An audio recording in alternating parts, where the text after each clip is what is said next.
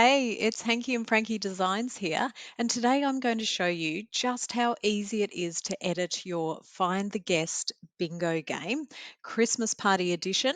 Super easy. So when you purchase the game, it comes with a whole bunch of squares already filled in. So if you want to, you can just print this straight off and start playing the game.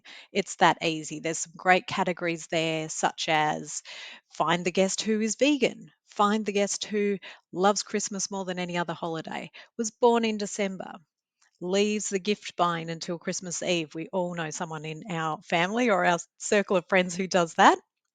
But if you want to customize your Find the Guest um, game, what you can do is do it in Adobe Acrobat Reader. So it's really, really easy. And I'll pop a link to a free version that you can get in the description below.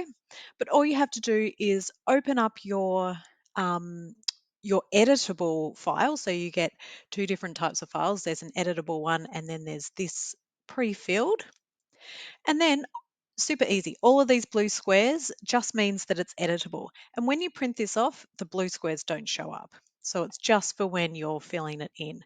So all you have to do is click in one of the blue squares and start typing. So let's say we want to find the guest who uh, was late to the party. So there, it goes straight into the box. And if you want to center that, you can just enter down if you like, and then click out of the square. And as I say, when it prints, those blue squares go away.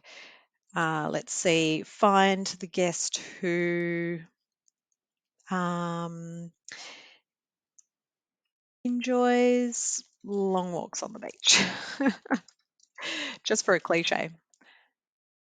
And that's how easy it is to enter your own customized facts and categories into your Find the Guest bingo.